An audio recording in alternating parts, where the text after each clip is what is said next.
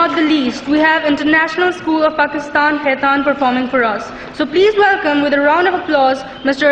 Hassan Faraz. Hassan Faraz, International School of Pakistan, Khaitan سے. نحمدہ ونصلی علی رسولہ الکریم، اما بعد، فاعوذ باللہ من الشیطان الرجیم، بسم اللہ الرحمن الرحیم. مشکل تھے راستے آسان ہو گئے، دشمن یہ دیکھ کر حیران ہو گئے. رکھا میرے نبی نے دنیا میں جب قدم، پتھر بھی کلمہ پڑھ کر مسلمان ہو گئے. السلام علیکم ورحمۃ اللہ وبرکاتہ. میں آپ کے سامنے اس مختصر وقت میں محبت رسول جیسے مقدس عنوان پر گفتگو کرنا چاہتا ہوں.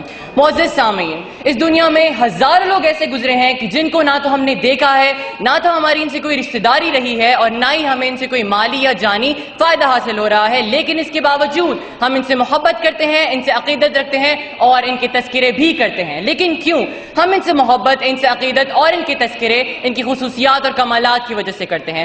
جیسا کہ ہم حاتم طائی سے محبت کرتے ہیں، ہم حاتم طائی سے محبت اس کی سخاوت کی بنا پر کرتے ہیں. ہم نوشیروان سے محبت کرتے ہیں تو اس کے عدل و انصاف کی بنا پر. ہم فردوسی اور سعدی سے عقیدت رکھتے ہیں تو ان کی علم و حکمت کی وجہ سے ان سے عقیدت رکھتے ہیں. ہم مصر کی کلیوپیٹرا کا نام لیتے ہیں تو اس کے حسن و جمال کی بنا پر اس کا نام لیتے ہیں. لیکن کیوں اگر ہم ان لوگوں سے ان کی خصوصیات اور کمالات کی وجہ سے محبت کر سکتے ہیں تو ہمیں نبی پاک صلی اللہ علیہ وسلم کی ذات سے محبت کیوں نہ کرنی چاہیے جو ان کمالات کا مجموعہ تھی؟ اور یہ بھی ایک حقیقت ہے کہ جو ان لوگوں میں کمالات پائے جاتے تھے وہ کامل نہیں بلکہ ناقص تھے، اور میرے پیغمبر کا ہر کمال کامل تھا. میں حاتم طائی کی سخاوت سے انکار تو نہیں کرتا، لیکن حاتم طائی کی سخاوت میرے رسول کی سخاوت سے بھلا کیسے مقابلہ کر سکتی ہے کہ جس نے دوستوں کو بھی فائدہ پہنچایا، جس نے دشمنوں کو بھی فائدہ پہنچایا، جس نے ظاہر کو بھی مالا مال کیا، جس نے باطن کو بھی مالا مال کیا، جس کی سخاوت کا سلسلہ اس کے جانے کے بعد بھی اس دنیا میں جاری ہے. وہ دنیا میں بھی نوازتا تھا، آخرت میں بھی اپنی امت کو نوازے گا.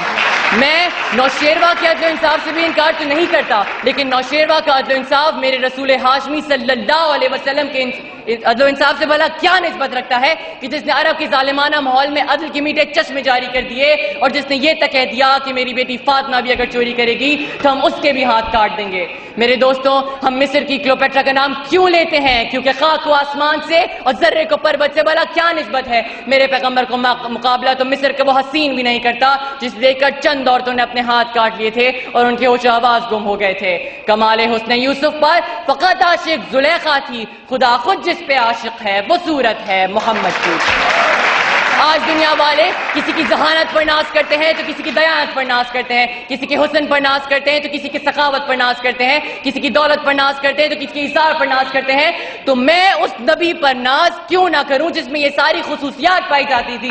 میرے نبی کے اندر صداقت تھی جس سے ابو بکر صدیق بن گئے، میرے نبی کے اندر عدالت تھی جس سے عمر فاروق عادل بن گئے، میرے نبی کے اندر سخاوت تھی جس سے عثمان غنی سخی بن گئے، میرا نبی بہادر تھا جس سے علی شیر خدا بن گئے. میں اس سے آگے بڑھ کر کہنا چاہوں گا کہ میرے نبی کے اندر، میرے پیغمبر کے اندر رب کائنات نے ہر وہ کمال رکھ دیا تھا جو آدم علیہ السلام سے لے کر عیسیٰ علیہ السلام تک تمام انبیاء میں فردن پایا جاتا تھا. میرے نبی کے اندر آدم کا خلق تھا، نوح کی تبلیغ تھی، ابراہیم کا عمل و توحید تھا، اسماعیل کا ایثار تھا، موسیٰ کا جلال تھا، ہارون کا جمال تھا، یوسف کا حسن تھا، یحییٰ کی پاک دامنی تھی. رب کائنات نے میرے نبی میں ہر وہ کمال رکھ دیا تھا.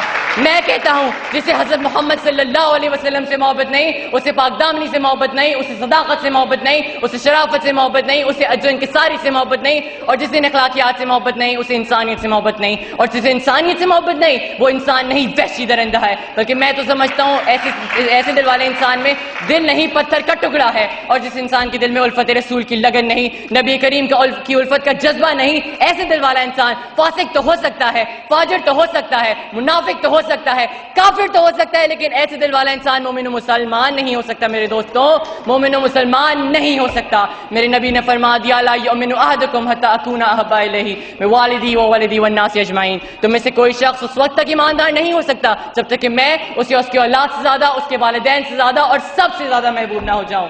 تو آئیے اپنے گریبانوں میں جھانک کے دیکھتے ہیں کہ کہیں ہمارے دلوں میں اپنے والدین کے لیے، اپنی اولاد کے لیے، اپنے عزیز و اقارب کے لیے اور اس دنیا کے لیے ان سے زیادہ محبت تو نہیں، اور اگر ہے تو اس کا مطلب افسوس کے ساتھ میرے دوستوں ہمارے ایمان کو خطرہ ہے. میرے پروردگار نے بھی فرما دیا اور جو رسول تمہیں دے اسے لے لو اور جسے منع کرے اسے چھوڑ دو. آخر میں صرف ایک بات کہنا چاہوں گا کہ تمام بیرونی طاقتوں کو ہم سے ٹکرانے سے پہلے یہ بات کبھی فراموش نہیں کرنی چاہیے کہ ہم مسلمان ہیں, ہماری رگوں میں خون کے بجائے محبت رسول گردش کرتا ہے, ہم دین محمد کے وفادار سپاہی, مر جائیں گے ایمان کا سودا نہ کریں گے. وآخر الدعوانا الحمدللہ رب العالمین.